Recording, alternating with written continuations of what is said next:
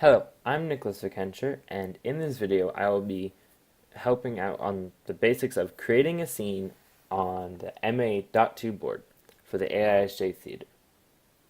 First of all, I would recommend imagining in your mind what the scene would be. Say, I would like to create a jungle scene. Initially, we're going to start off by setting the backs to the color that we want. It's very useful to use the presets that we have on our left of the board under the presets tab to easily select colors. As we can see, and we can get the desired effect easily.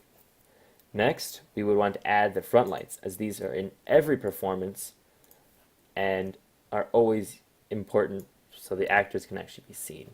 Now remember, it'd be the worst thing if for a parent if they didn't get to see their little kid's face up on stage.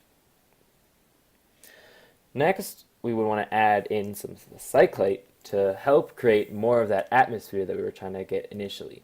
For this jungle, I'm going to add a nice medium blue for a sky with, say, a few little splotches of green on here and on this light.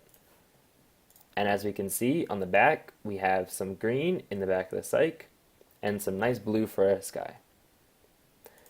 Next off, we're going to start to add in some more of the cross light to help strengthen that color, although especially for these, because they still will be somewhat on the actor's face, we do not want to have them all the way up to full, just somewhat there to help strengthen the color.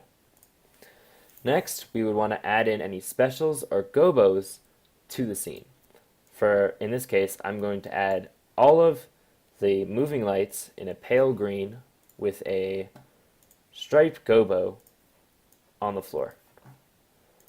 And as you can see, they're there. However, they are not as prevalent as I would like them to be, and they are rather grouped up. So again, I'm going to use the presets, position, and a straight wash to help spread out the gobos onto the stage. Again, I would need to make more fine adjustments and select a wide gobo so that way they cover the full stage and start to create that jungle effect that I want.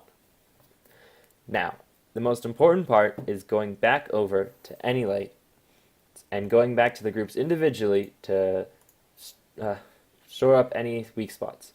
In this scene, I see that there's far too much front light and the light on the stage is being drowned out.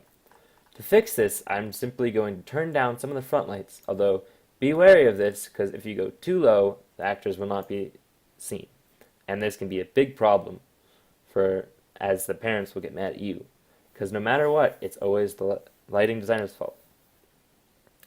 Finally, and most importantly, is the golden rule, that no matter who you're working with, never expect them to be exactly in its place. I myself have worked with many professionals who never can be in the exact place for the solo spot that comes right on them. So make sure that you give a little bit of lenience in the designs of the lights and the intensities to help adjust for human error in the actors. After all, they're not perfect. You will just repeat this step slowly by surely, going through each cue, storing it, and creating a new one. Remember that each cue builds off of the other, and that for you to change one thing, it'll inherit the values from the other. As you can see, I saved my cue, but still it inherited the properties from the previous cue, and it's a bit wonky now. Anyways, hope that helped a bit. Thank you for watching, and see you next time.